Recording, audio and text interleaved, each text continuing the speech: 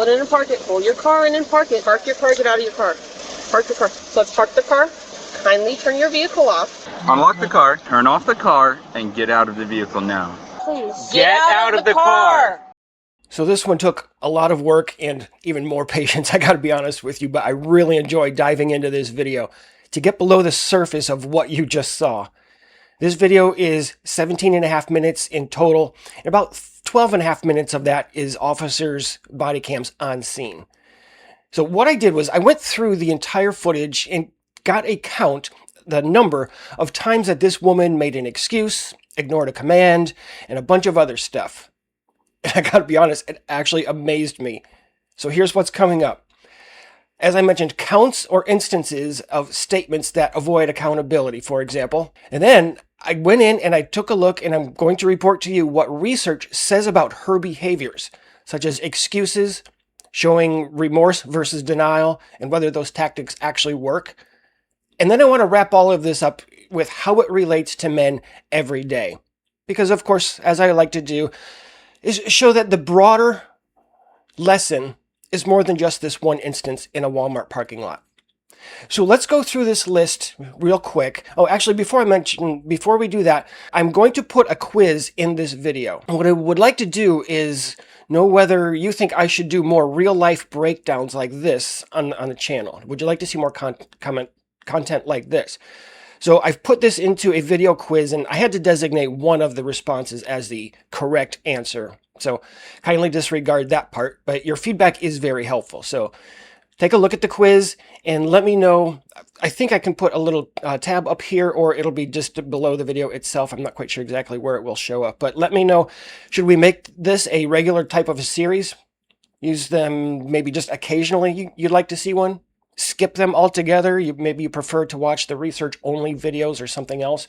Or let me know if you just don't really give a shit. So, as always, I'll put links for this research that I'm going to go over and other sources in the description for you as well. So let's get right down to reviewing the counts, the numbers of instances and comments that this woman makes. And we're going to start with her son. How many times does she mention her son and him having surgery and appealing to call him, see him, anything like that? My son's in surgery right now and I have to go. That's a problem because my son is in surgery. Sure. He just got out of surgery. All right, so as you can see in the image, the overlay here, she did 20 of those types of instances that I got. Again, this is a full 17-minute video, or 17.5-minute video. I think about 12.5 minutes of that is on scene. The rest of it is in transport to jail and in jail. So we got 20 instances of her doing that. Let's see how many times she made claims of confusion. And these are things like, what do you mean I'm under arrest? Why am I being detained? I don't understand. You're detained currently. You could be in... How am I detained? Because Now you are under arrest. How am I under arrest? I'm detaining you. How? You're going to jail. Why am I going to jail? 19 times that happened. All right, next on my list, and by the way, these are not necessarily in any particular order. They're certainly not in numerical order, as you can see as we move along. They're just kind of like randomly put up here. How many times did she say, I'm innocent? I didn't do anything wrong. There are instances in here in which she says, I didn't go past the point of sale. I left everything at the door. Okay, well, everything was left right there. I was coming out to get my wallet. I stopped with the stuff right there. That is past all points of sale. I wasn't trying to shoplift. This happened 29 times. 29 times in less than 18 minutes. How many times did she make a plea or lenience? Can you take my number? No. Please? We're past that. Please. Please just call this number for me. All I was trying to do was make a call. I have a Did you want your mask up? son. I work with Marion County Sheriff's Department. 33 instances of that happening in 17 minutes. All right, and then we have several instances. I noticed this a whole bunch as I was watching the video. When I counted it up, it was actually a lot more than I thought it would or expected it to be. So just pull it in, park it, and get out of the car. Okay. We'll figure that out. Okay? Okay, there's two ladies at the front. Pull it in and park it. Get out of the vehicle right now. How is that out point? I'm done arguing with you. Put the stuff right there. Put your hand behind your back. Put your hands behind your back. You guys are doing all this because with the stuff inside? Yes. 47 times she shifted the topic, either by just totally disregarding the police officers and what they were talking about or asking her to do, and made a comment that had nothing to do with it. 47 times this happened. In addition to totally shifting topics, how many times did she ignore commands like roll up your window, roll down your window, put your car in park, take the key out of the ignition, put your hands behind your back? You might want to roll your window up.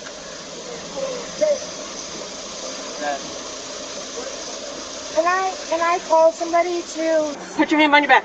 Put your hand behind your back. We're past that. Put your hand behind your back now. Park your car, get out of your car. Turn off the car. That happened 39 times, more than twice a minute in this footage. All right.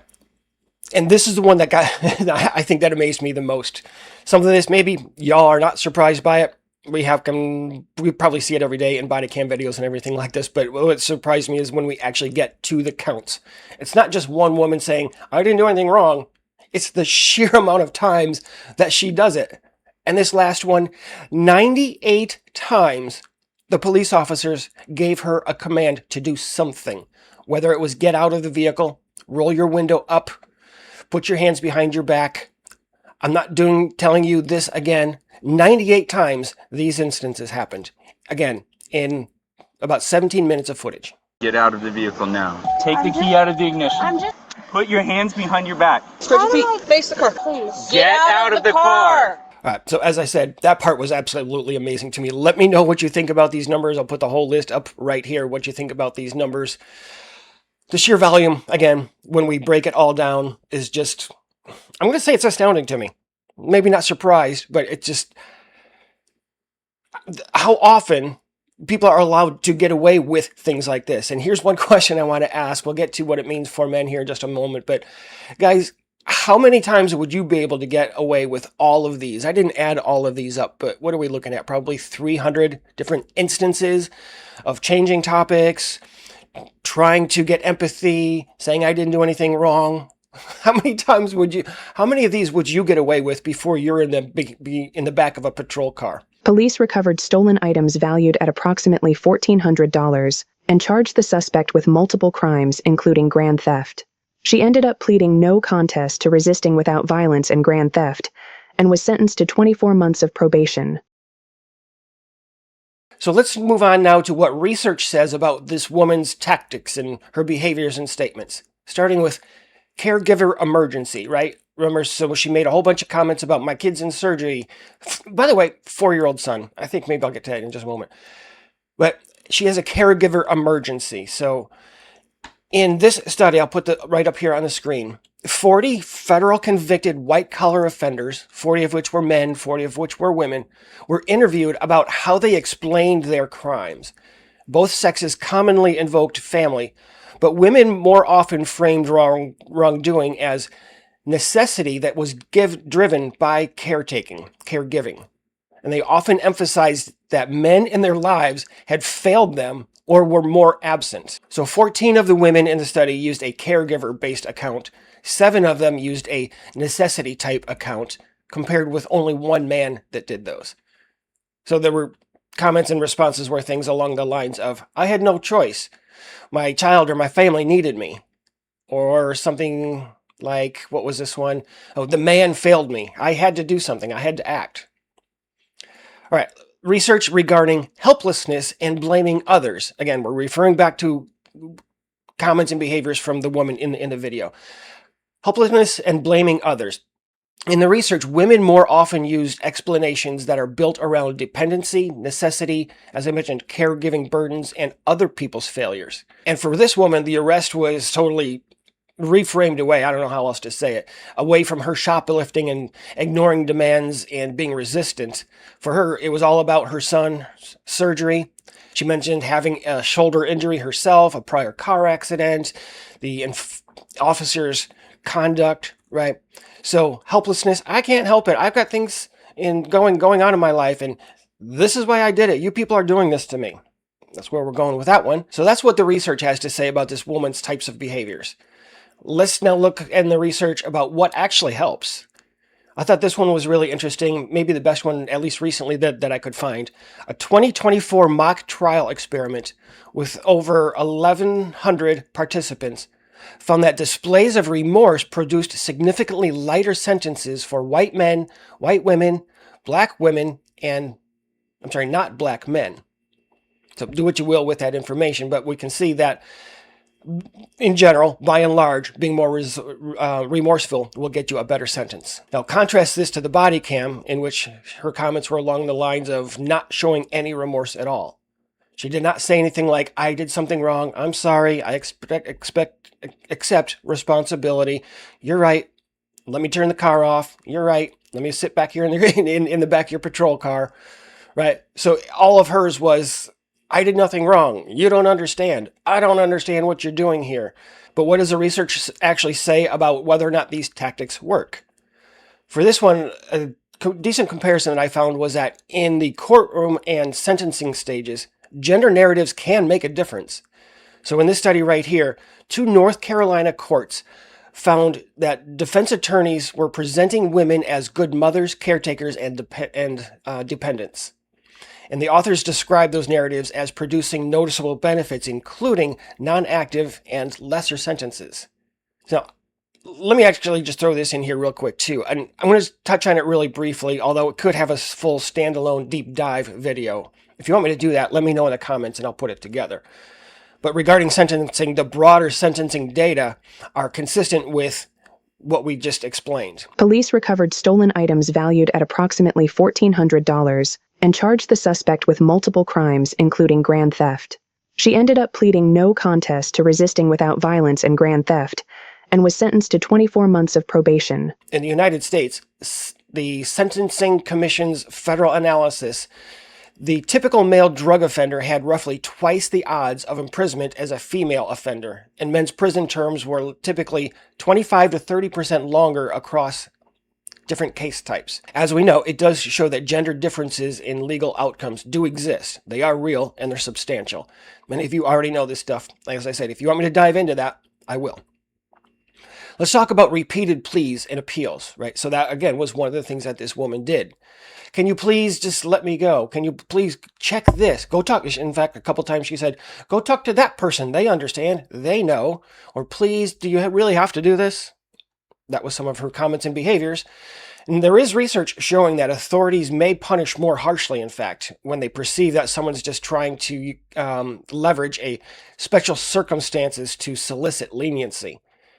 For example, in 6 studies using field and experiment data, researchers found that contexts creating an expectation of leniency could actually produce more stringent punishments. And that's partly because authorities experienced the request as pressure on their discretion. All right, so let's get into what's actually practical and what we can learn about this. What I hope that you've picked up on here is not just the shoplifting incident. It's what happens when women try to wear you down and how to respond to them in everyday life. In this example, she was given dozens of instructions and commands, almost by the second, and she was expected to comply. Let's call those police commands boundaries. This is what I expect from you. This is my boundary. But instead of acknowledging and respecting those boundaries, the conversation kept getting pulled off topic. She did it, again, dozens of times. It continued to be about her son's surgery.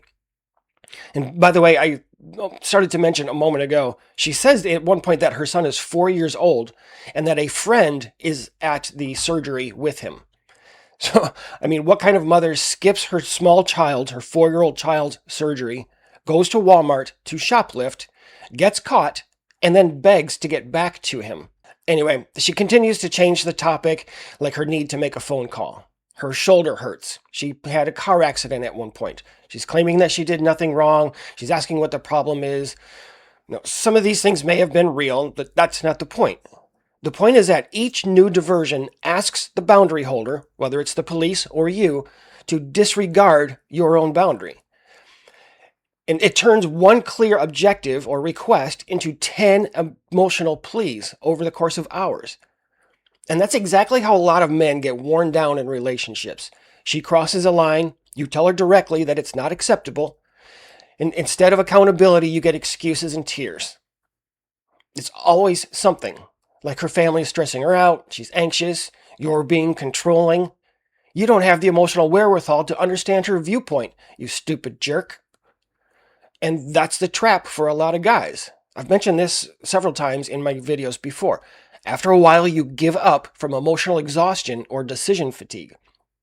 Whether it's negotiating or opening the discussion again a little bit later, or continuing to explain your boundary over and over again. Get out of the car! Pull it in and park it. Pull your car in and park it. Park your car, get out of your car. Park your car. So let's park the car. Kindly turn your vehicle off. Unlock the car, turn off the car, and get out of the vehicle now. Please. Get out of the car! You logically explain why you will or will not tolerate whatever the behavior is. Then you explain that you're not attacking her. You're then at some point reassuring her that you really do care, while at the same time defending yourself against accusations and digging yourself into a deeper and deeper hole. And before long, you're no longer holding her accountable. You're just defending why you're bothered by her violations. And that's how you lose. You lose because she turned her crime into a 2-hour emotional negotiation. And eventually you become too exhausted, so you just give up. And that's decision fatigue in relationships. Or maybe perhaps more appropriately, argument attrition. Now listen to me. There is a reason that she does it, whether she realizes it or not. And that's because it works. She's been trained for 20 or 30 or 50 years that it works. Her objective is to keep you engaged long enough that you just give up to make it all stop. And once you do that, you've trained her even more. And that's why boundaries have to be set early before those patterns develop. And this is what it sounds like. I've already said it for the last time. I'm not continuing to date someone who lies to me. Could even be, get out of my house. And let's be honest, she heard you the first time. She just didn't care enough to respect it. As always, I'd love to hear your thoughts. I'll see y'all soon.